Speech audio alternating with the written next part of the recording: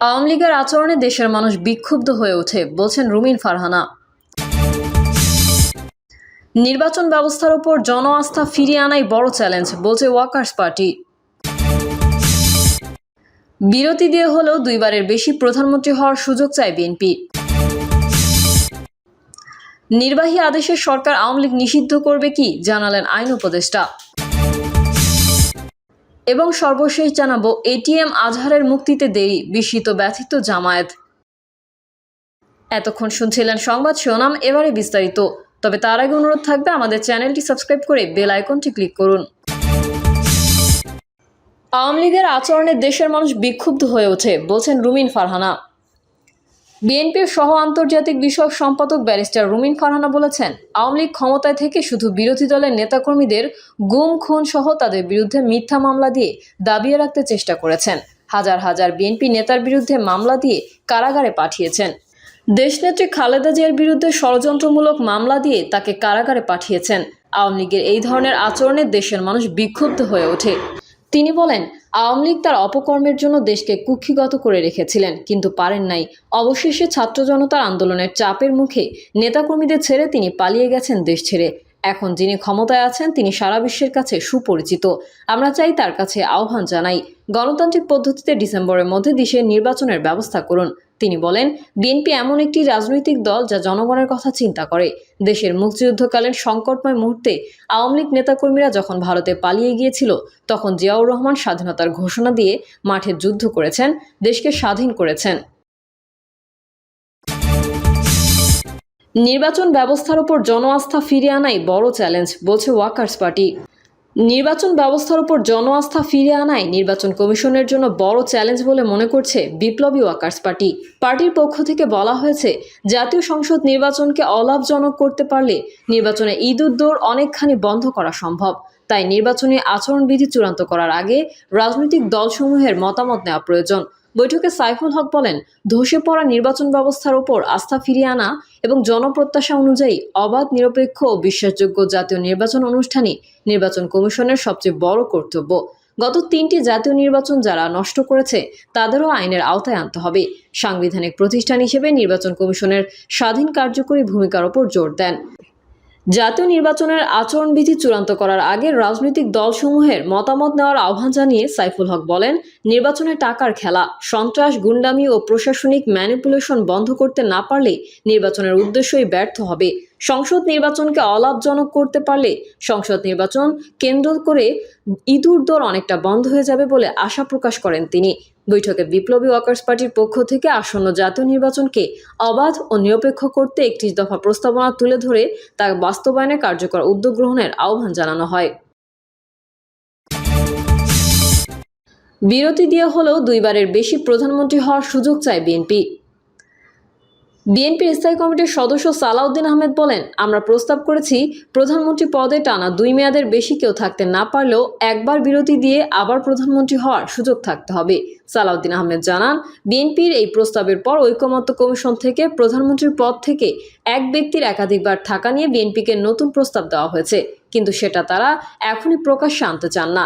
আগে কমিশনের প্রস্তাব নিয়ে দলীয় ফোরামে আলোচনা করবেন।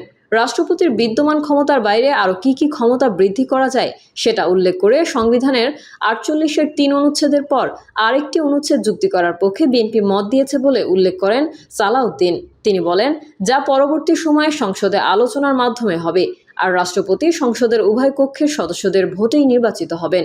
কমিশনের এই প্রস্তাবে বিএনপি একমত। একই ব্যক্তি সরকার প্রধান, দল প্রধান ও সংসদ নেতা হতে পারবেন না। ঐকমত্য কমিশন এই প্রস্তাবে বিএনপি একমত নয় বলে জানিয়েছে সালাউদ্দিন আহমেদ।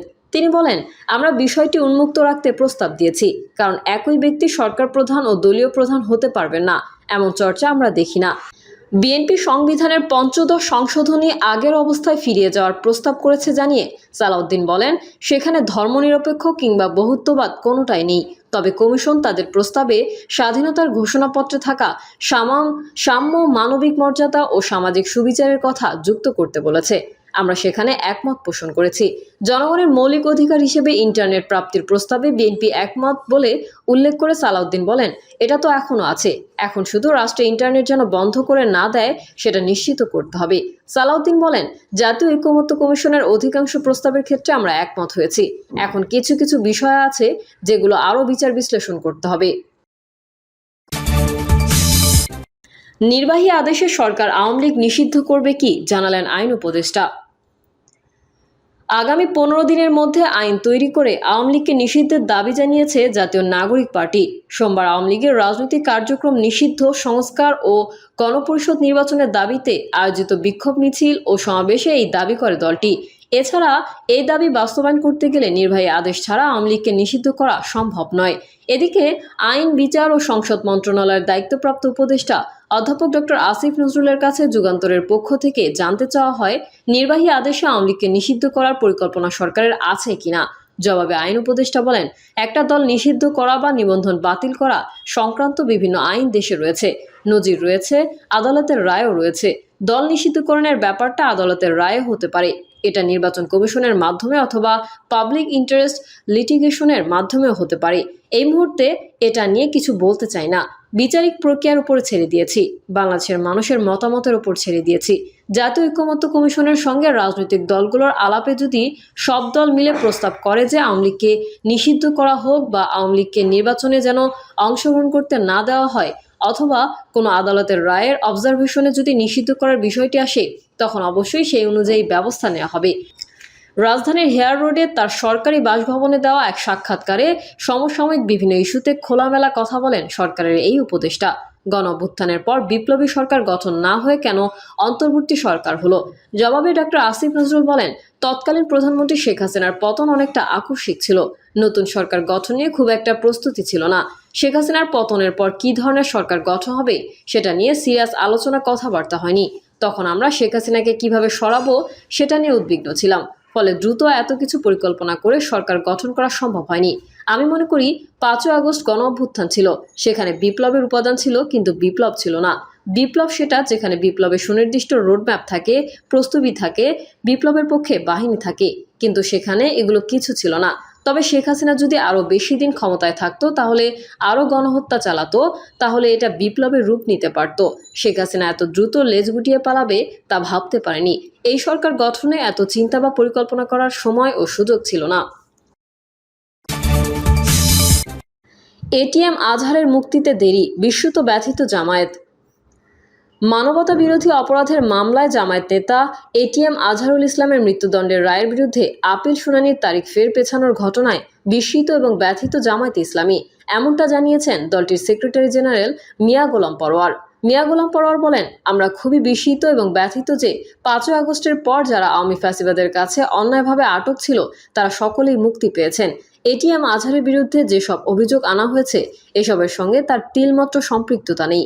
আইনজীবীরা যতটুকু সম্ভব আদালতে তা প্রমাণ করার সক্ষম হয়েছেন। জামায়াতের এই নেতা জানান, 8 মাস সময় পার হয়ে গেল, দেশের মানুষ যারা ন্যায় বিচারের অপেক্ষা করছেন তারা সবাই ব্যথিত, তবে আমরা হতাশ নই। আদালতের কাছে আমরা সুবিচারের জন্য ধৈর্য ধারণ করব। প্রিয় দর্শক, এই ছিল এখনকার সর্বশেষ সংবাদ। আপডেট সংবাদ পেতে চ্যানেলটি সাবস্ক্রাইব করে বেল আইকনটি ক্লিক করুন। কমেন্টে আপনার মতামত জানিয়ে আমাদের সাথেই থাকুন। ধন্যবাদ সবাইকে। আল্লাহ হাফেজ।